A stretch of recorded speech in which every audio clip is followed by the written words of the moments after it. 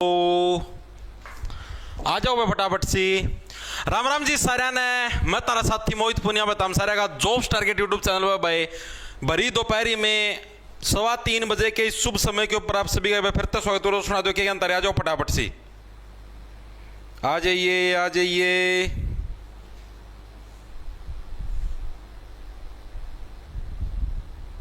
आओ आओ आओ, फिर करते हैं क्लास शुरू। लेट हो चुके हैं पहले ही। जैसा कि आप लोगों को पता है, आप इन्हें 2 चैप्टर कर दिए हैं हिस्ट्री के। आज हमारा तीसरा चैप्टर स्टार्ट होने लग रहा है, जिस चैप्टर का नाम है हमारा प्री 1857 रिवोल्ट। इसका मतलब क्या है जी? इसका मतलब यह है कि 1857 की क्रांति से पहले क्या क्या चीजें हुई थी। 1857 की क्रांति से पहले क्या क्या चीजें हुई थी, आज हम उसके बारे में पढ़ेंगे भाई। ठीक है, जितने भी आंदोलन हुए थे, छोटे मोटे छोटी मोटी जो भी चीजें आई थी, उनके बारे में विस्तार पूर्वक पढ़ेंगे। करें भाई शुरू। आ जाओ आ जाओ। राम राम जी, राम राम, राम राम भाई, राम राम। चलो भाई स्टार्ट करते हैं। बोलो बोलो सर, आप मैंने रिप्लाई नहीं करते। क्या रिप्लाई करूं बता तो दे। ठीक है चलो चलो। हाँ देखो भाई, 1857 की क्रांति से पहले मेनली क्या क्या चीजें हुई थी वो सारी हम पढ़ेंगे। पहली चीज तो हुई थी हमारे 3 भूमि सुधार आंदोलन भाई। 3 क्या हुए थे हमारे? भूमि सुधार आंदोलन हुए थे भाई। ये क्या कुछ चीजें भूमि सुधार आंदोलन। देखो जैसे कि आज के जमाने में सरकार टैक्स लेती है तुमसे भाई, कोई भी तुम इनकम करने लग रहे हो, इनकम टैक्स लगने लग रहा है, तुम कोई बिजनेस व्यवसाय स्टार्ट करते हो तो तुम्हारे ऊपर जीएसटी लगने लग रहा है, तो ये सारी चीजें सरकार तुमसे लेती है। ठीक है जी, चीजें होगी क्लियर। लेकिन पुराने समय के अंदर सरकार क्या जमीन के ऊपर टैक्स लेती थी, क्योंकि पुराने समय के अंदर ना तो इतनी ज्यादा फैक्ट्रियां होती थी, ना इतने ज्यादा बिजनेसमैन होते थे। मेनली जो सारा का सारा सिस्टम चलता था खेती बाड़ी के ऊपर चलता था। आप लोग खुद सोच के देखो, इंसान का जो पहले जो मेन जो एम होया करता ना, वो रहा करता मैं अपने 2 टाइम के खाने का जुगाड़ करूं, कैसे जुगाड़ करूं। और आज के टाइम पर इंसान का मेन एम क्या? खाना हर एक के घर में मिलेगा, हर एक के घर में। मतलब समझो कोई 1% जनसंख्या ऐसी मिली भारत के अंदर जिसके पास खाने का जुगाड़ ना हो, बाकी लगभग सभी के पास 2 टाइम के खाने की प्रॉपर व्यवस्था है। लेकिन अब इंसान किस लिए भागने लग रहा है? इस समाज के अंदर झूठे दिखावे की तरफ। ठीक है, अब आप खुद बताओ, आपके घर में 2 टाइम की रोटी बनती है जी? बिल्कुल बनती है। मेरे हिसाब से 90% बच्चों के घर में 2 टाइम की रोटी बिल्कुल इजीली बनती होगी, उसके अंदर ज्यादा कुछ कठिनाई भी नहीं आने लग रही है। अगर आप नॉर्मल खेती-बाड़ी करते तो भी आराम से 2 टाइम की रोटी इजीली मेंटेन होने लग रही है। लेकिन अपने को बढ़िया फैंसी कपड़े पहनने हैं, महंगी घड़ी पहननी है, ठीक है, बढ़िया 5 बुलेट चाहिए, ठीक है, 5 गाड़ी चाहिए, महंगी वाली कोई स्कॉर्पियो को करेक्टर के वगैरह के चाहिए, तो ये सारी फैसिलिटी गांव में सबसे बढ़िया कोठी हो, तो ये सारी जो दिखावे की चीजें ना, अब आदमी इसके लिए भागने लग रहा है। ठीक है, भगवान ने इंसान को जन्म किस लिए दिया था भाई? तो धरती पे जा, इंजॉय कर, ठीक है, खेल कूद से कुछ कर, वो धरती तेरी है 80-90 साल तक। ठीक है, वहां पर अपने खाने के अरेंजमेंट कर और अपना फिर तेरा सफाया हो जाएगा। ठीक है, तो पहले वाला व्यक्ति क्या करता था? शिकार कर दिया, भाला मार दिया, तीर मार के कैसे कैसे करके शिकार कर लिया, अपना जानवर खा लिए, पशु खा लिए, फल फ्रूट खा लिए। ठीक है, मतलब 2 टाइम के खाने के अरेंजमेंट करता था, बस पूरे दिन का यही काम होता था। आगे सर्दी आने में सर्दियों में अपना कैसा आश्रय ढूंढना है, कैसे सर्दियों से बचा जाएगा, खाने के अरेंजमेंट करना, ये उसका मेन लक्ष्य होता था। और अभी जो 1900 जब अपना देश आजाद हुआ 1947, उससे पहले भी इंसान इन्हीं कामों के अंदर व्यस्त रहता था भाई, किस टाइप से अपने 2 टाइम के खाने की अच्छी अरेंजमेंट हो, गेहूं की अच्छे से अरेंजमेंट हो जाए, चावल की अच्छे से अरेंजमेंट हो जाए, 2 टाइम का खाने की अच्छी अरेंजमेंट हो। जब जैसे ही हमारा देश आजाद हुआ, आजादी के बाद जब ये तुम्हारी हरित क्रांति आई, हमने पढ़ा था हरित क्रांति के बारे में, और ये सारी चीजें, गेहूं की उर्वरता बहुत ज्यादा मात्रा के अंदर बढ़ी, बंपर मात्रा में गेहूं खाद बीज आगे, उसके बाद से क्या इंसान को खाने के लिए इतना संघर्ष करने की जरूरत नहीं पड़ती। अब इंसान क्या है, खाना तो हर एक के घर में मिलेगा। आज के दिन में भी मैक्सिमम बच्चों के घर में 2 टाइम की रोटी बहुत इजीली पड़ जाती है। लेकिन अब इंसान किसके पीछे भागने लग रहा है? दौलत और शोहरत के पीछे। मुझे मेरा नाम कमाना है, मुझे पैसे कमाने, मुझे और चीज कमानी है, सुथरी बहू लानी है, बढ़िया कोठी बनाने का, अम्मा वो प्लाट खरीद लिया, वो किला खरीद लिया। अब इंसान इसके पीछे भागने लग रहा है। अब खाने के लिए नहीं भागने लग रहा है, इन चीजों के पीछे भागने। तो पहले की और अब की समय की जरूरतें बदल गई हैं, तो अब सरकार भी उसी हिसाब से टैक्स लेगी। पहले सरकार लेती थी तुम्हारे खाने वाली चीजों के आधार पर टैक्स, यानी जो तुम्हारी भूमि होती थी, भूमि के ऊपर टैक्स लेती थी। अब सरकार किसके ऊपर? जो तुम कमाते हो उसके ऊपर टैक्स लेने लगी। ठीक है, तो समय का पहिया सारा घूमता गया। अब इसके अंदर क्या देखो, 3 भूमि सुधार हमारे पास मेन आंदोलन हुए। कौन कौन से आंदोलन थे? पहला जो आंदोलन था उसका नाम था स्थायी बंदोबस्त। एग्जाम के अंदर बकायदा पूछा जाता है, आपको एमसीक्यू जब कराऊं तो आपको पता भी लग जाएगा प्रीवियस ईयर के। स्थायी बंदोबस्त प्रणाली किसके टाइम पर शुरू की गई, कब शुरू की गई, ठीक है, कहां कहां पर लागू हुई, ये सारी चीजें आपको याद होनी चाहिए। तो स्थायी बंदोबस्त क्या था अभी आपको बताऊंगा। 1793 में 1793 के अंदर क्या है, कॉर्नवालिस के द्वारा, कॉर्नवालिस लॉर्ड कॉर्नवालिस होया करता, अंग्रेज अधिकारी था, कॉर्नवालिस के द्वारा यह प्रणाली आपकी स्टार्ट करी गई। ठीक है जी, इस प्रणाली के तहत होता क्या था? बस स्थायी बंदोबस्त। इसके तहत उसने 3 रूल बना दिए। इसको मेनली जमींदारी प्रथा भी बोलते हैं, लिख लो इसको, जमींदारी प्रथा भी बोलते हैं। इसके तहत क्या है, 100 किले हैं, तो इन 100 किलों के ऊपर ये एक जमींदार बना दिया। ठीक है, यानी इन 100 किलो के ऊपर तेरा कंट्रोल चलेगा। तू जो चाहेगा किसान अपने खेत के अंदर वही चीज बोएगा।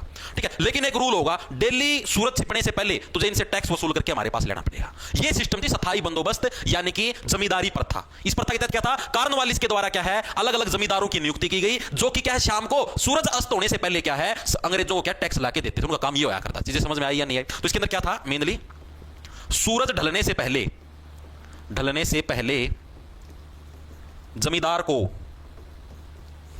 किसानों से टैक्स वसूल कर लाना होता था भाई। ये रूल बना दिया अंग्रेजों ने। ठीक है, मेनली सारा खेती बाड़ी था, सारा का सारा सिस्टम निर्भर। तो ऐसे ऐसे आपको क्या है, मेनली किसानों से टैक्स वसूलना है और टैक्स वसूल कर लाना है सूर्यास्त होने से पहले पहले। ठीक है जी, मेनली लागू कहां पर हुई? तो ये प्रथा मेनली आपके 3 जगह पे लागू हुई। कहां पर? एक तो बंगाल के अंदर लागू हुई, एक तुम्हारे उत्तर प्रदेश के अंदर लागू हुई और एक तुम्हारे मध्य प्रदेश के अंदर लागू हुई। इन 3 राज्यों के अंदर ये प्रणाली तुम्हारी लागू हुई थी। तो इतनी ही चीज याद रखनी स्थायी बंदोबस्त के बारे में। एग्जाम के अंदर आपसे पूछा जाता है कि स्थायी बंदोबस्त प्रणाली आई कब? 1793। याद कैसे? 93 मतलब तिरना, यानी कि इतनी दूर विदेशों से, पश्चिमी देशों के जो लोग हैं, अंग्रेज हैं, वो तिर तिर के हमारे देश के अंदर आए और अपना स्थायी कब्जा करके बैठ के इस तरीके से हमको सताने के लिए 1793 में स्थायी बंदोबस्त प्रणाली आई। किसके द्वारा लागू करेगी? कॉर्नवालिस के द्वारा। ठीक है जी, और इसको क्या जमींदारी प्रथा ही बोल देते हैं। इसका मतलब यहां पर हमने स्थायी जमींदारों की नियुक्ति कर दी और वो कहते हैं सूरज ढलने से पहले सारे किसानों से टैक्स वसूल करते थे और अंग्रेजों को बचाते थे। बंगाल, उत्तर प्रदेश और मध्य प्रदेश, इन 3 राज्यों के अंदर इस प्रणाली की शुरुआत करी गई थी। हर एक साथी के समझ में आया? नहीं आया? आया तो मैं आगे चलूं भाई। हाँ, तो अगले साल जून तक चलेगा ना दीपिका?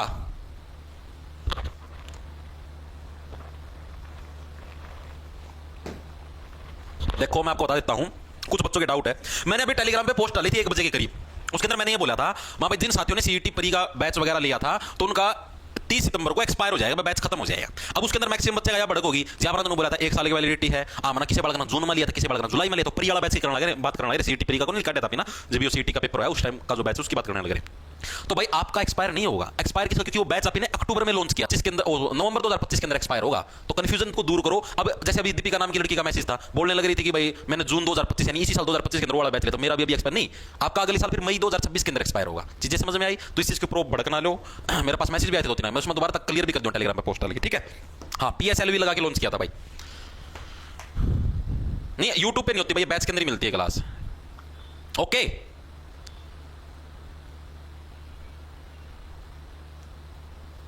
नहीं कोई दिक्कत नहीं है भाई। आपको एक और चीज बता देता हूं, कोई दिक्कत नहीं है, किसी से किसी नंबर से कर दो, उस चीज की कोई दिक्कत नहीं है। आपको जो एक्स्ट्रा पेमेंट को बोला जाता है, उसे आप किसी नंबर से कर दो, उस चीज की कोई दिक्कत नहीं है।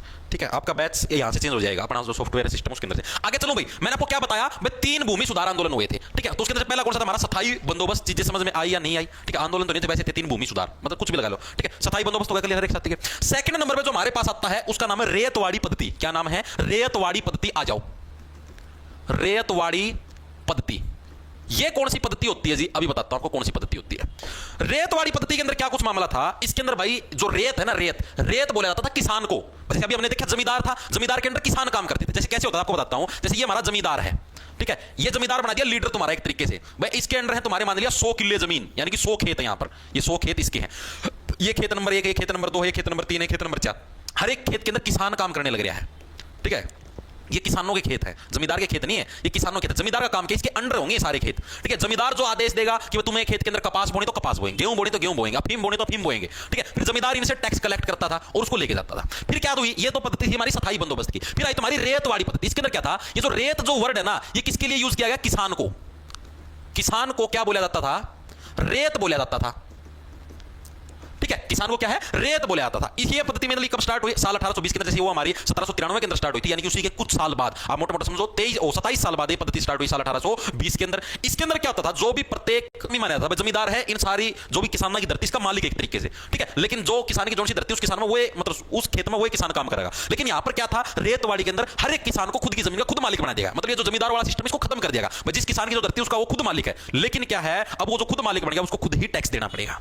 ठीक है, उसको अब डेली टैक्स देना पड़ेगा। यानी कि बीच में जमींदार जो बीच में एक तरीके जो दलाल का काम करता था उसका रोल खत्म कर दिया। अब किसान डायरेक्ट अंग्रेजों को टैक्स देंगे। ठीक है, और ये प्रणाली मेनली दक्षिण भारत के अंदर लागू करी गई थी। चीजें समझ में आई या नहीं आई? ठीक है, हाँ बिल्कुल, बस इसके अंदर इतना याद रखना। तो क्या है, देखो रेतवाड़ी पद्धति हमारी पहली चीज तो स्टार्ट कब हुई? साल 1820 में स्टार्ट हुई। मेनली कहां पर स्टार्ट हुई? तुम्हारी दक्षिण भारत के अंदर स्टार्ट हुई भाई, दक्षिण भारत में स्टार्ट हुई। ठीक है जी, इस प्रणाली के तहत क्या कुछ रूल था? इसके तहत रूल ये था कि किसान अपनी भूमि का मालिक खुद है। किसान अपनी भूमि का मालिक खुद है, वह उसे खुद टैक्स देना पड़ेगा। ठीक है जी, मतलब बीच में जमींदार का जो रोड़ा है वो कर दिया खत्म। ठीक है जी, तीसरा जो इसके अंदर मेन था कि भाई ये लागू किसने किए थे? जैसे अभी हमने पढ़ा कि पिछले वाली के अंदर किसने? कॉर्नवालिस के द्वारा लागू करी थी स्थायी बंदोबस्त। तो उसी टाइप से रेतवाड़ी पद्धति वो किसके द्वारा लागू करी गई थी? वो 2 अंग्रेज अधिकारियों के द्वारा लागू करी गई थी। एक का नाम था थॉमस मुनरो, दूसरे का नाम था अलेक्जेंडर रीड। ठीक है, तो ये नाम भी याद रखना। तो मेनली किसके द्वारा लागू करी गई? लागू किसके द्वारा करेगी? 2 व्यक्तित्व थे। कौन से? एक तो था थॉमस मुनरो, थॉमस मुनरो, दूसरा था अलेक्जेंडर लीड। लीड ना समझ लियो, लीड था, वैसे तो थे ही लीड, लेकिन फिर भी ठीक सर ले दो ढंग सर नाम। ठीक है, चीजें समझ में आ गई। तो रेतवाड़ी पद्धति और स्थायी बंदोबस्त दोनों क्लियर हुए या नहीं हुए? एग्जाम के अंदर बकायदा पूछे जाते हैं, प्रीवियस ईयर के अंदर पूछे जाते हैं। जब आपको एमसीक्यू कराऊं तब आपकी आंखें फटके हाथ में आ जाएगी। ठीक है, खासकर तुम्हारी जाड़ तो पक्का फटके हाथ में आएगी तुम्हारी। ठीक है, तो मैं क्या दो चीज समझाई, देखो डिफरेंस क्या है। जमीन उसके अंदर स्थायी बंदोबस्त के अंदर क्या था, बीच में जमींदार होते थे, इसके अंदर किसान अपनी भूमि का खुद मालिक। वो 1793 में लागू या 1820 में लागू। उसके अंदर कॉर्नवालिस के द्वारा लागू करी गई, ये तुम्हारी अलेक्जेंडर रीड और तुम्हारा थॉमस मुनरो के द्वारा लागू करी। उसके अंदर टैक्स जमींदार कलेक्ट करता है, यहां पर किसान अपना टैक्स खुद देगा। बस इतने ही डिफरेंस है। ये दक्षिण भारत में लागू थी, वो तुम्हारी बंगाल, मध्य प्रदेश और उत्तर प्रदेश के अंदर लागू थी। चीजें क्लियर होगी, हर एक साथी क्लियर होगी। अब जो हमारी आती है, जो तीसरी और लास्ट व्यवस्था है, उसका फिर हम आगे पढ़ेंगे। तीसरी व्यवस्था कौन सी, जो कि अंग्रेज लेके आए थे, उसका नाम था महालवाड़ी व्यवस्था। क्या थी? महालवाड़ी व्यवस्था। ये कौन सी व्यवस्था होती थी? ये भी खतरनाक व्यवस्था थी। खतरनाक व्यवस्था कैसी थी आपको अभी समझाता हूं। क्या हुआ? रोहतक वाली हैप्पी बर्थडे बेटा। अच्छा सर, आपके पिछले वीक की क्लास नहीं, बैच के अंदर है भाई। सर एचटेट का रिजल्ट कब आएगा? नहीं पता भाई। सर हिंदी का एंडिटन नोट अवेलेबल करा दो। बैच के अंदर डाल तो रखिए विकास सांगवान। अगर आप लोग बोलो तो मैं एक चीज और करूं क्या, अगर आप लोगों की डिमांड हो तो। ठीक है, अगर आप लोग बोलोगे तो मैं वो चीज उपलब्ध करवा दूंगा। मैक्सिमम बच्चों को हिंदी के अंदर दिक्कत होती है। दिक्कत कैसे जी? जैसे मान लिया, अब हिंदी में बैच के अंदर तो करवाता ही हूँ, हिंदी बैच के अंदर होगी बाई चांस, मान लो तुम। ठीक है भाई, सारी कंप्लीट भी होगी। कुछ बच्चे ऐसे होते हैं जिनको क्लास लगाना ना पसंद हो। मतलब कैसे जी? जैसे वो ऐसे सोचते हैं भाई हम बुक से पढ़ ले तो वो ज़्यादा बेस्ट है एज कम्पेयर टू वीडियो वगैरह देखें कुछ और। अगर आप लोग बोलो तो मैं हिंदी के अलग से हैंडरिटन नोट्स प्रिंट फॉर्म में निकाल दूँ, मतलब आपकी होम डिलीवरी हो जाएगी। और उसके अंदर ऐसे करते हो, जैसे चैप्टर 1 है, वर्ण व्यवस्था है और है, उसके पीछे उसके स्पेशल अलग से एमसीक्यू भी दे दूंगा। करीबन ये समझो भाई, जैसे हर एक चैप्टर के साथ 20-25 एमसीक्यू, जो कि प्रीवियस ईयर के अंदर है अलग अलग एग्जामों के अंदर। इस टाइप से मतलब पूरे एक हैंडरिटन नोट्स का एक सेट सा बना दूंगा हिंदी का। अगर आप लोग बोलोगे तो ये चीज़ मैं उपलब्ध करवा दूंगा, ताकि आप लोगों को कोई वीडियो वगैरह, अगर आप सोचते हैं वीडियो से समय बर्बाद होता है, कई साथी को लगता है, तो डायरेक्ट नोट्स भी पढ़ सकता है। अगर आप लोग बोलोगे तो कर दूंगा मैं। ठीक है, करा दो जी। ठीक है, कर दूंगा, कोई दिक्कत नहीं। लेकिन करवाऊंगा सिर्फ हिंदी के, क्योंकि देखो बहुत सारे सब्जेक्ट पता क्या है, पढ़ा दो यूट्यूब पे। बैच के अंदर करवा रखी यार हिंदी पूरी।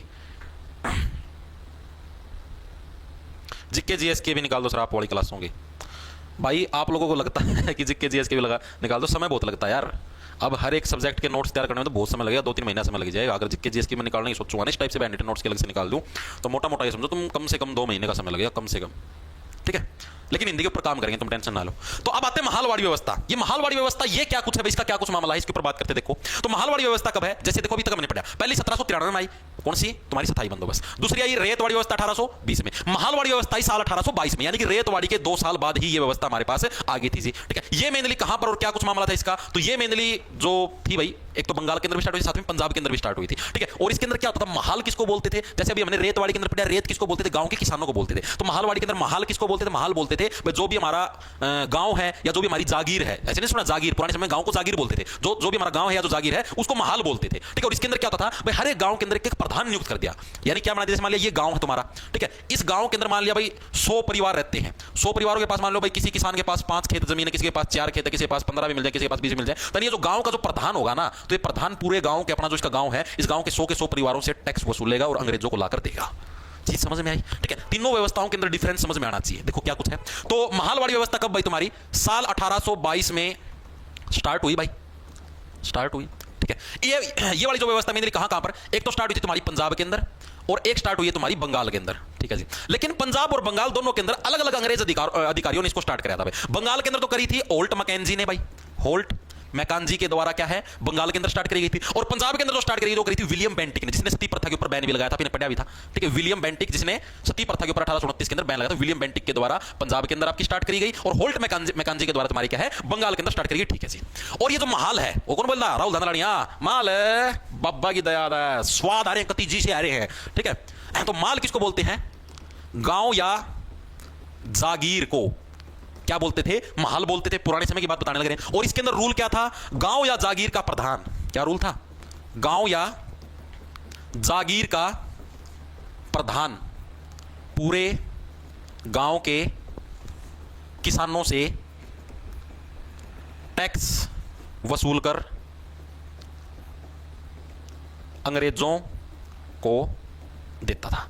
चीजें समझ में आई भाई? तीनों व्यवस्थाएं हर एक साथी के दिमाग में घुस गई। तीनों के बकायदा तुमको साल, जगह और अंग्रेज अधिकारी याद होने चाहिए, बहुत इंपॉर्टेंट है। तीनों व्यवस्थाएं प्रीवियस ईयर के अंदर आप लोग खोल के देख लेना। ठीक है सर, साइंस के हैंडरिटन नोट्स भी डाल दो, तो डाल तो रखे रिया, साइंस के हैंडरिटन नोट्स, केमिस्ट्री के सारे डाल रखे, बायोलॉजी के सारे डाल रखे, फिजिक्स के सारे डाल रखे, मैथ्स के अंदर चेक कर लो आप।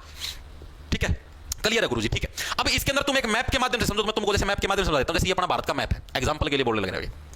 ठीक ठीक है, समझ गए भाई। ऊपर की तरफ हमारा जम्मू कश्मीर हो गया, इस तरफ असम वगैरह हो गया, बंगाल वगैरह हो गया, असम बंगाल वगैरह का जो एरिया हो गया वो इधर आ गया। नीचे की तरफ तुम्हारा साउथ आ गया, दक्षिण भारत आ गया, और इस तरफ तुम्हारा गुजरात वगैरह आ गया।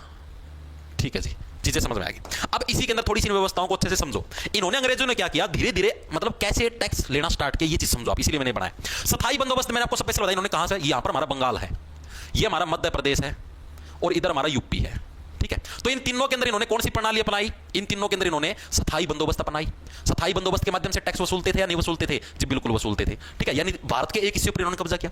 पूरे के पूरे दक्षिण भारत के अंदर इन्होंने अलग प्रणाली अपनाई, जिसका क्या नाम था, रेतवाड़ी व्यवस्था थी। अभी अभी करवाई थी, किसानों को डायरेक्ट बता दिया भाई तुम अपनी भूमि के खुद मालिक हो, अपने आप टैक्स देने आ जाया करो। रेतवाड़ी व्यवस्था स्टार्ट कर दी दक्षिण भारत के अंदर। ठीक है जी, और इस तरफ आओगे तुम पंजाब साइड, पहले पंजाब हरियाणा एक ही होता था। ठीक है, तो इस एरिया के अंदर इन्होंने कौन सी व्यवस्था स्टार्ट करी, मतलब मेनली समझो उत्तर पश्चिम जो भारत है उसके अंदर इन्होंने कौन सी व्यवस्था स्टार्ट करी। यहां पर अभी अभी जो मैंने पढ़ी कौन सी थी, महालवाड़ी व्यवस्था। ठीक है, महालवाड़ी व्यवस्था, राजस्थान पंजाब ये वाला जो एरिया है यहां पर इन्होंने ये व्यवस्था स्टार्ट कर दी। यानी कि कुल मिला के भारत का लगभग जो इतना इतना हिस्सा, ऊपर वाला जो हिस्सा है नॉर्थ, उसको छोड़ के लगभग इतना इतना हिस्से के ऊपर इन्होंने क्या इजरदारी कौन सा होता है भाई,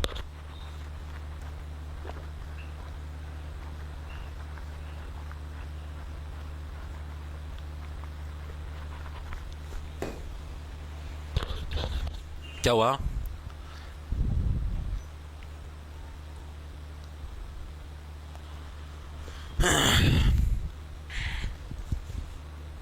चलो आगे, शाबाश शाबाश, गच है जी, समझ में आ गया। ओके भाई, चलो आगे चलते हैं।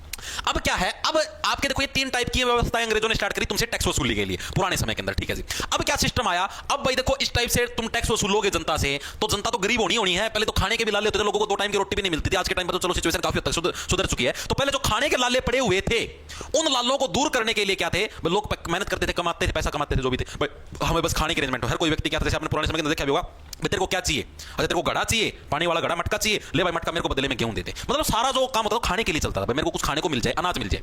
अब चीजें बदल चुकी हैं, तो क्या हुआ था, इस टाइप से जबरदस्ती जो अंग्रेज टैक्स वसूलते थे, टैक्स कोई दिया करता, किसी नहीं होता उसका कोर्डे मारा करते, भूनी डाल पिट्टा कर देना। ठीक है, तब क्या था, लोग मतलब कि समझो कंगाल होने स्टार्ट हो गए। ठीक है, बहुत सारे लोग कंगाल हो गए, कुछ लोग फकीर बन गए, फकीर विद्रोह स्टार्ट हो गया। कुछ लोगों ने संन्यास ले लिया, हम तो खेतीबाड़ी कर देंगे, हमारी जमीन तो हमें रख लो। ठीक है, हम तो संन्यास ले वहां। ठीक है, तो इस टाइप से बहुत सारे लोगों ने अलग अलग काम स्टार्ट कर दिया। अब मुनि के बारे में पढ़ेंगे, तो पहले नंबर पर जो आता है उसका नाम है सन्यासी विद्रोह।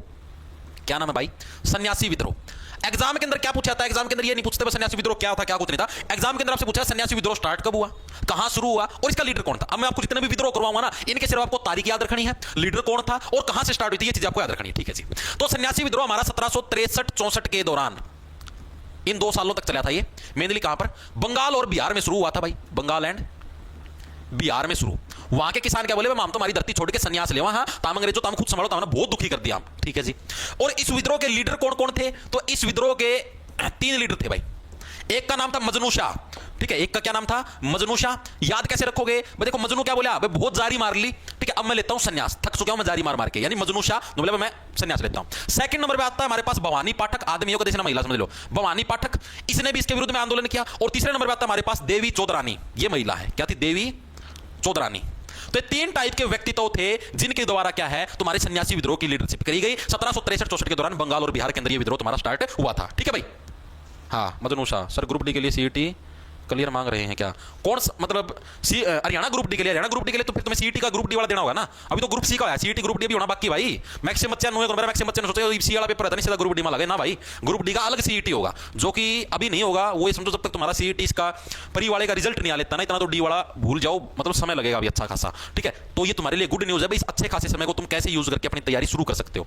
ठीक है, अब अगर जैसे मान लो अच्छा खासा समय है तुम्हारे पास और तुम इस समय का प्रयोग करके अच्छे से तैयारी कर लो, तो तुम बहुत आगे चले जाओगे। और इस समय का यूज करके तैयारी नहीं करोगे तो यहीं पर पिछड़े रह जाओगे। ठीक है, very good, okay okay, very good. ठीक है, और ये जो सन्यासी विद्रोह है ना, इसी का वर्णन जो बंकिम चंद्र चट्टोपाध्याय का नाम सुना है, बंकिम चंद्र चट्टोपाध्याय नाम तो सुना होगा, सुना है जी, वंदे मातरम गीत भी सुना होगा, इन्हीं किसी से तो लिया गया था। तो इनका उपन्यास था भाई, इनका क्या था, उपन्यास था एक, जिसको नोवेल बोलते हैं इंग्लिश में, क्या था, आनंद मठ भाई।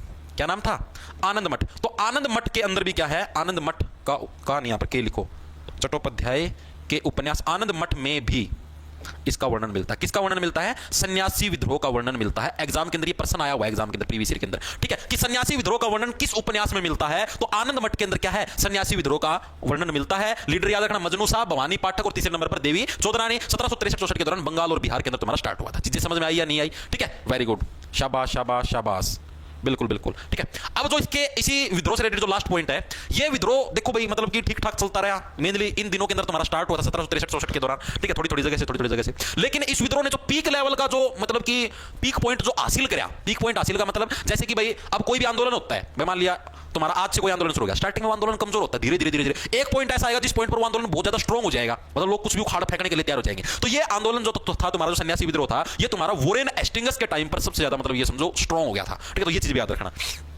गवर्नर जनरल वोरेन हेस्टिंग्स के टाइम पर सबसे ज्यादा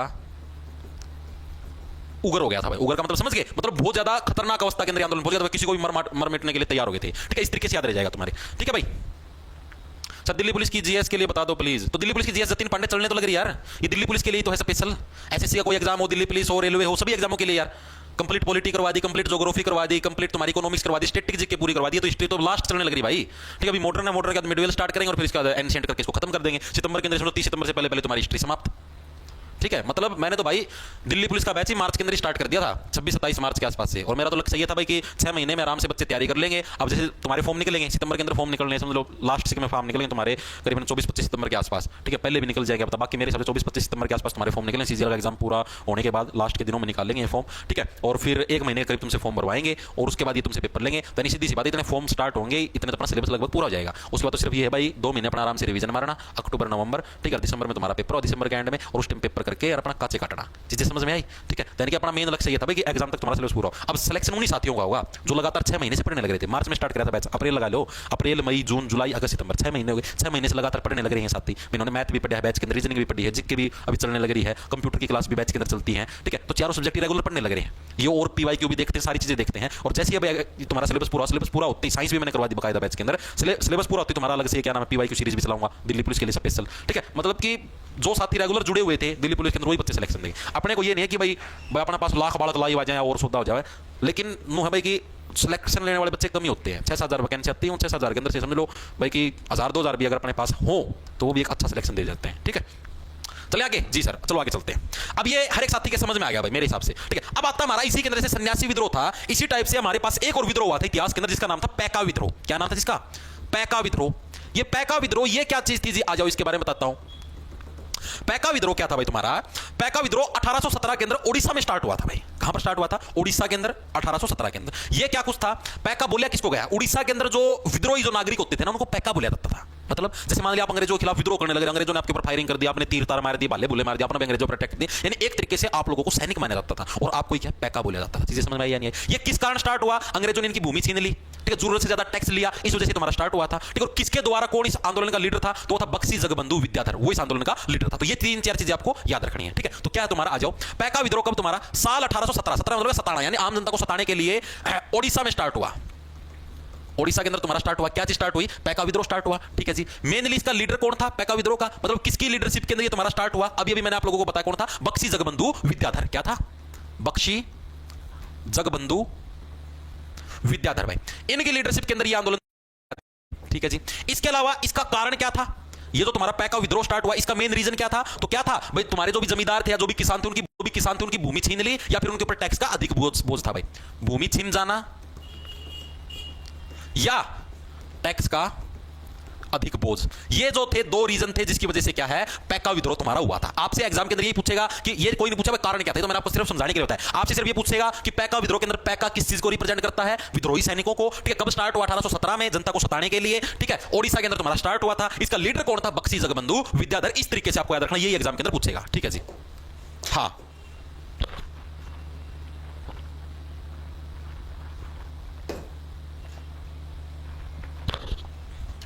ओके ओके ओके, हाँ ठीक है भाई, आगे चलूं। सर ये जो ग्रुप डी 10th वालों का, हाँ 10th वालों का भाई ग्रुप डी। अब आता हमारा पैका के बाद आता है अहोम विद्रोह भाई। कौन सा विद्रोह? अहोम विद्रोह। ये अहोम विद्रोह ये क्या चीज है जी? आ जाओ इसके बारे में बताता हूं। अहोम विद्रोह क्या चीज है? देखो अहोम विद्रोह क्या चीज है भाई तुम्हारा? 1822 के अंदर असम के अंदर स्टार्ट हुआ। 1822 के अंदर एक और चीज भी स्टार्ट हुई थी जी। क्या हुई थी जी? याद करो। अभी तुम्हारा जो भूमि वाले आंदोलन थे इसके अंदर मैंने बताया, तीसरा जो भूमि का आंदोलन था, याद आया नहीं आया? चलो याद दिला देता तुमको। 1822 के अंदर महालवाड़ी व्यवस्था नहीं स्टार्ट हुई थी तुम्हारी? हुई थी जी। तो इसी 1822 के अंदर तुम्हारे पास अहोम विद्रोह भी स्टार्ट हुआ। 1822 में कहां पर स्टार्ट हुआ जी? असम के अंदर स्टार्ट हुआ भाई। असम में क्या चीज स्टार्ट हुई तुम्हारी? अहोम विद्रोह। ये अहोम क्या था जी? ये आदिवासियों की एक जनजाति होती थी। अहोम क्या थी? अहोम आदिवासियों की जनजाति का नाम होता था अहोम। ठीक है, आदिवासियों की जो जनजाति थी उसको क्या बोलते थे? अहोम बोलते थे। ठीक है जी, बिल्कुल बेसिक सी बात है, समझ में आएगी। ठीक है, ये मेनली क्या कुछ हुआ था, किसकी वजह से हुआ था? मेनली जो आदिवासी समुदाय था ना, उसकी जो जमीन थी जिसके ऊपर आदिवासी समुदाय रहता था, उसकी जमीन के ऊपर अंग्रेजों ने कर लिया कब्जा। ठीक है, उसकी वजह से आदिवासी हो गए नाराज और इन्होंने अंग्रेजों के खिलाफ कर दिया विद्रोह, जिसका नाम था अहोम विद्रोह। चीजें समझ में आई या नहीं आई? ठीक है, इसके अंदर आपको अभी और भी चीजें बताऊंगा। तो मेनली पहले तो चीजें याद रखो, इसका कारण क्या था? अंग्रेजों द्वारा अहोम समुदाय की भूमि पर कब्जा जो कर रखा था। ठीक है, ये इसका मेन रीजन था। और दूसरा जो मतलब था, इसका लीडर कौन था, ये चीज तो आपको बतानी भूल गया। जो ये अहोम विद्रोह था, इसकी लीडरशिप किसके द्वारा करी गई थी? तो गोमधर कुंवर के द्वारा। ठीक है, इसकी लीडरशिप किसके द्वारा करी गई? गोमधर कुंवर के द्वारा क्या है, इसकी लीडरशिप करी गई। गोमधर कुंवर के द्वारा किसकी लीडरशिप करी गई? तुम्हारे अहोम विद्रोह की लीडरशिप किसने करी? गोमधर कुंवर। ठीक है, याद कैसे रखोगे? याद ऐसे रखोगे, वो अहोम, अहोम के अंदर क्या? होम, होम का मतलब क्या होता है? घर होता है जी। ठीक है, गोमधर, ठीक है, गोम का मतलब गौ माता। गौ माता को क्या भाई? घर के अंदर धर ले, घर के अंदर रख ले। क्यों? क्योंकि बाहर सेफ नहीं, बाहर लोग हैं मार काट करके उसको खा जाते हैं, तो उसको घर में रखो भाई गौ माता को। ठीक है, गौ माता, गोमधर, अहोम। ठीक है, होम के अंदर रख, इस तरीके से याद रख लो। चीजें समझ में आई या नहीं है? तो यही जो अहोम जो साम्राज्य था, ये जो विद्रोह हुआ, इसकी बदौलत एक युद्ध भी हो गया। अच्छा जी, और इन्होंने पंगा किससे लिया? मुगल सम्राट औरंगजेब से। जो औरंगजेब जो बहुत ही क्रूर शासक हुआ करता, उसके लिए ना पंगा ले लिया जी। ठीक है, उस युद्ध का नाम याद रखना है और इसके अंदर जीत भी गए। खास बात ये है, ठीक है, उस युद्ध का नाम था सराय घाट का युद्ध। अगले पेज पे करवा दो। ठीक है, तो ये मेन है, ये युद्ध याद रखना। पूछा था कि सराय घाट का युद्ध किस किस के बीच में हुआ? सराय घाट का युद्ध ये किस किस के बीच में हुआ? तो तुम्हारा सराय घाट का युद्ध किस किस के बीच में हुआ? ये हुआ मुगल सम्राट औरंगजेब वर्सेस किसके बीच में? अहोम समुदाय के बीच में। अहोम समुदाय के बीच में। लेकिन लेकिन लेकिन इसके अंदर औरंगजेब खुद नहीं लड़ने लग रहा था। ठीक है, अब क्या होता है, जैसे जैसे मान लो सल्तनत फैलती जाती है, अब आप खुद बताओ, अब कहीं पे छोटी मोटी लड़ाई हो जाए, कुछ भी हो जाए, प्रधानमंत्री खुद थोड़े लड़ने जाते हैं? मानते हो बात? यानी अपनी ओर से सेना को भेजेंगे या छोटे मोटे पुलिस वाले को भेजेंगे, जाओ उसको समेट के आ। मानते हो बात? तो उसी टाइप से तो औरंगजेब था उस टाइम, खुद थोड़े लड़ने जाएगा। छोटा मोटा समुदाय था, ठीक है, कोई बड़ा देश हो जिसकी जीतना हो, तो औरंगजेब खुद जावे। ठीक है, ये छोटा मोटा समुदाय था, इसको जितने औरंगजेब नहीं जा गया था। औरंगजेब ने अपनी तरफ से एक सैनिक को, मतलब एक उसको भेज दिया, तू जा मेरी तरफ लीडर बन की। उसका नाम था राम सिंह। ठीक है, राम सिंह था जो कि औरंगजेब की तरफ से लीडर बन के गया था और ये इनके साथ लड़ा था और अहोम समुदाय ने इसको हरा दिया। अहोम समुदाय बन गया था इसके अंदर विनर। तो एग्जाम के अंदर बकायदा पूछा गया सराय घाट का युद्ध, ठीक है, कहां हुआ और कब हुआ था, ये चीज तो मैंने आपको बताई नहीं। सराय घाट का युद्ध ये चीज भी लिख लेना, 1671 के अंदर हुआ था और मेनली हुआ कहां पर था? ब्रह्मपुत्र नदी के ऊपर हुआ था भाई। ठीक है, 1671 में ब्रह्मपुत्र नदी पर हुआ था। ठीक है, तो बहुत इंपॉर्टेंट फैक्ट है भाई, सराय घाट का युद्ध याद रखना, ये इसी से बिलोंग करता है। ठीक है, अहोम समुदाय से। और अहोम समुदाय का जो विद्रोह था ये बाद में हुआ था, युद्ध पहले हो चुका था। युद्ध तो तुम्हारा 1671 के अंदर हुआ है, इसके 200 साल बाद हुआ विद्रोह। तो विद्रोह तो अंग्रेजों के आने के बाद हुआ है। ठीक है, विद्रोह तुम्हारा बाद में था अंग्रेजों के टाइम पर, युद्ध तो तुम्हारा पहले हो चुका था। ठीक है, औरंगजेब के टाइम पर, उस टाइम की बात है। चीजें समझ में आ गई यार एक साथ? ठीक है, ठीक है जी, आगे आए तो यार मैं समझाने लग रहा हूं। ठीक है अब चलते आगे। आगे आता हमारे पास जो विद्रोह, उस विद्रोह का नाम है पागलपंथी विद्रोह। कौन सा हमारा? पागलपंथी नहीं है, पागलपंथी है, पंथी विद्रोह। पागलपंथी तो तुम करते हो, ठीक है, जारी मार मार के। तो पागलपंथी विद्रोह है भाई, ये किस चीज से बिलोंग करता है और क्या कुछ? ये भी मेनली बंगाल, ये सारे विद्रोह मेनली जो हमारा पूर्वी भारत है उसी तरफ हुए थे भाई। उसी तरफ हमारा असम के अंदर, कोई बंगाल के अंदर, कोई उड़ीसा के अंदर। ठीक है, तो ये भी हमारा पागलपंथी विद्रोह, ये भी कहां पर हुआ था? हमारा साल 1825 के अंदर बंगाल के अंदर मेनली हुआ था भाई। ठीक है, पागलपंथी विद्रोह कहां पर? साल 1825 में बंगाल में हुआ भाई, बंगाल में हुआ। कैसे याद रखो? ऐसे बंगाल, बंगाल के अंदर गाल, ठीक है, गाल के ऊपर क्या? पागलपंथी में थप्पड़ लग गया। ठीक है, पचक देसी, जिसे पचक देसी थप्पड़ लग गया, जिसकी वजह से विद्रोह स्टार्ट हो गया भाई। ठीक है, और इसका लीडर कौन था? करमशाह नाम का कोई वहां का व्यक्तित्व था और उसका एक बेटा है जिसका नाम था टिप्पू शाह। ठीक है, इन दोनों बाप बेटा ने मिलकर कराया था भाई। ठीक है, इसकी लीडरशिप किसने करी? लीडर कौन बनाया था इसका? करमशाह एवं उसका पुत्र टिप्पू शाह। इन दोनों ने मिलकर क्या है, ये तुम्हारा आंदोलन कराया था। चीजें समझ में आ गई? तो पागलपंथी विद्रोह क्लियर हो गया। पागलपंथी के बारे में सिर्फ इतना ही याद रखना और इससे अलावा कुछ नहीं पूछते इसके बारे में। ठीक है, 1825 में बंगाल में हुआ था। लीडर कौन था? करमशाह, उसका पुत्र था टिप्पू शाह। मेन कारण क्या था? मेन कारण वो था अंग्रेज थे, अंग्रेजों ने वो टैक्स फालतू ले लिया, जमीन पर कब्जा कर लिया, ये मेन कारण थे इधर। ठीक है जी, अगला आता हमारा, इसी पे आगे करवा दो, अगला इसी पे करवा दो। अगला हमारा मोपला विद्रोह, ये बहुत बार आता है एग्जाम के अंदर। मोपला विद्रोह ये क्या कुछ मामला जी, क्या कुछ मैटर, इसके बारे में बताता हूं। देखो, मोपला विद्रोह क्या था तुम्हारा? ये मेनली हुआ था केरल के अंदर। सुना आपने मालाबार ज्वेलर्स, मालाबार तट, ठीक है, वो सारे कहां पर हैं? केरल के अंदर है। तो मेनली मालाबार केरल के अंदर हुआ था साल 1836 के अंदर। और मोपला किसको बोला जाता था? जो छोटे किसान या मजदूर होते थे ना, उनको केरल के अंदर मोपला बोलते थे। ठीक है, मोपला किसको बोलते थे? छोटे किसान या जो मजदूर होया करते उनको क्या बोलते थे? मोपला बोलते थे। और ये मेनली हुआ कहां पर? केरल के अंदर हुआ साल 1836 में। कहां पर? केरल, केरल के अंदर भी विशेष तौर पर जगह पूछ ले तो मालाबार में, मालाबार तट पर, ठीक है, वहां पर ये विद्रोह हुआ था। कौन सा? मोपला विद्रोह। चीजें समझ में आई या नहीं है? सिर्फ इतना ही याद रखना और इसके अंदर कुछ भी याद रखने की जरूरत नहीं है, ठीक है। किसानों और मजदूरों ने वही विद्रोह किया था, कारण वही था कि भाई इनकी जमीनों के ऊपर कब्जा कर लिया और कर लिया, बस इतना ही याद रखना। इसका ना कोई लीडर था, सारे किसानों ने मिलकर इसका विद्रोह किया था। चीजें समझ में? मोपला विद्रोह साल 1836 में भाई, ठीक है। याद कैसे रखोगे भाई? देखो छत्ती, छत्ती मतलब छाती, छाती के अंदर पोए दे, ठीक है। मोपला पोने का मतलब है मोपला, ये मो पोए दे, इसका छत्ती दे, ठीक है। के पोगे छत्ती मां आंगली पोदेंगे जी छत्ती मां, ठीक है। ऐसे याद रख लेना। आगे चले, अगला जो हमारे पास विद्रोह, बस एक दो रहेगा इसके बाद, बस वही जगह, ठीक है। अगला हमारे पास है कोल विद्रोह भाई, इसके बाद बस एक और रह गया, कोल के बाद बस लास्ट है कोल विद्रोह भाई। ये क्या कुछ मामला था जी? ये कोल विद्रोह हुआ था भाई तुम्हारा छोटा नागपुर में, ठीक है। क्या बोलोगे, कैसे रखोगे? कोल, कोल का मतलब है मेरे कोल मताना, पंजाबी भाषा के अंदर सुना मेरे कोल मताना। कोल का मतलब है नजदीक, ठीक है। मेरे कोल मताना, तेरा तो छोटा नाग है भाई, ठीक है। जो तेरा नाग है ना, जो तू नाग लेके आने लग रहा है, ठीक है, ये छोटा है तो मेरे कोल मताना। चीजें समझ में आई? ठीक है। खाम का छोटा नाग का बच्चा इसका गिल का बाबू भी अंदर पावा डसलेगा, ठीक है। इस तरीके से तो कोल विद्रोह कहां पर तुम्हारा छोटा नागपुर के अंदर हुआ था, कब? साल 1831 में। 1831 में छोटा नागपुर, ये छोटा नागपुर कहां पर पड़ता है भाई? झारखंड के अंदर पड़ते हैं मेनली। छोटा नागपुर में हुआ था, ठीक है। क्या हुआ तुम्हारा? कोल विद्रोह हुआ साल 1831 में छोटा नागपुर के अंदर। इसका लीडर कौन था? तो इसका लीडर था बुद्धो भगत। लीडर कौन था तुम्हारा? बुद्धो भगत इसका लीडर था भाई, बुद्धो भगत, ठीक है। ठीक, ओके बोला, अरे बुद्धू है क्या, छोटा नाग है ये नहीं डसेगा, ठीक है। इस तरह बुद्धो भगत इसका लीडर था भाई, ठीक है। और किसके द्वारा कराया गया? वही आदिवासी समुदाय के द्वारा ये विद्रोह कराया गया था, आदिवासी समुदाय द्वारा विद्रोह तुम्हारा किया गया था, ठीक है जी। अब आते हैं हमारा जो लास्ट विद्रोह है, जिसका नाम है तुम्हारा हो व मुंडा विद्रोह, ठीक है। हो व मुंडा विद्रोह, ये तुम्हारा लास्ट विद्रोह है। अब इसके बारे में पढ़ते हैं, हो व मुंडा विद्रोह। ये दोनों अलग अलग हैं लेकिन इनको लिखते साथ हैं, ठीक है। मुंडा नाम सुना हो तुमने, बिरसा मुंडा, तो वही वाला हो और मुंडा विद्रोह है भाई। हो विद्रोह में कब से कब तक चला? एक तो इसका साल याद रखना, जो कि एग्जाम के अंदर 2 से 3 बार पूछा जा चुका है। साल 1820 से 27 तक तुम्हारा कौन सा विद्रोह चला था? हो विद्रोह चला था। मैक्सिमम बच्चे पढ़ो, इतना डाटा याद को कराएं, साल याद को कर रखा है, 4-5 बार पढ़ोगे सारे याद हो जाए, एक बार में पढ़ना याद हो नहीं है, ठीक है। ये भी मैं क्लास पूरी करे ना सोचियो हाँ हमारा याद हो गए, क्लास पूरी करे अच्छा शाम ना तुम्हारा इतना टाइम मिला 7-8 बजे 9 बजे जिस भी टाइम, एक बार जो आज करवाया है, जो भी तुम नोट्स बनाओ या जो बैच का पीडीएफ मिला रिटर्न नोट्स की, उसका अपना एक बार रिवाइज मारियो, ठीक है। कल भी क्लास लगाना था पहला एक बार ना रिवाइज मारियो, 10 मिनट भी लगा रिवीजन मारना, लेकिन उसको पक्के हो जाएंगे, ये तारा साल पक्के याद रहोगे। हाँ ठीक है, मेरा खुद का याद हुए हैं, मेरा कहूँ थोड़ी ना हम जन्म जाति याद थे, मैं खुद इन मतलब 2-3 बार पढ़ा, हाँ पहले तैयारी करोड़ी तो उसमें भी 4-5 बार पढ़ोड़े हैं, अरे भी तारीख क्लास लेना पहले भी भाई 2-3 बार ना अच्छे दिमाग में सेट करके आऊँ, एक आधा साल तो गलत भी हो जाता है, एक आधी बार तो खुद बताओ क्या जी आपने गलत कर दिया, 33 का 32 लिखा जा, 32 का 33 लिखा जा, वो भी जाए सकिप दिमाग में कई बार, ठीक है। भगवान थोड़ी ना भाई एक आधी चीज बोल भी जावा, ठीक है। तो इस हिसाब से आपको चीजें जितनी ज्यादा बार पढ़ोगे मल्टीपल टाइम रिवीजन उतने दिमाग के अंदर पक्के सेट हो जाएंगे, ठीक है। ये मेनली कहां पर चला? सिंहभूम के अंदर चला भाई। ये सिंहभूम ये कहां पर है? झारखंड के अंदर सिंहभूम जगह का नाम है ये, ठीक है। झारखंड, झारखंड के अंदर क्या है? जगह का नाम है। क्या झारखंड के अंदर जगह का नाम? सिंहभूम जगह का नाम है, वहां पर ये चला था, ठीक है। किसकी लीडरशिप के अंदर चला? तो ये लीडरशिप चला राजा दुर्जन सिंह की लीडरशिप के अंदर में। किसकी? राजा दुर्जन सिंह। अरे क्या लगी, एक सेकंड रुकियो भाई, चाल पड़ेगा केस होता है हो गया तेरा।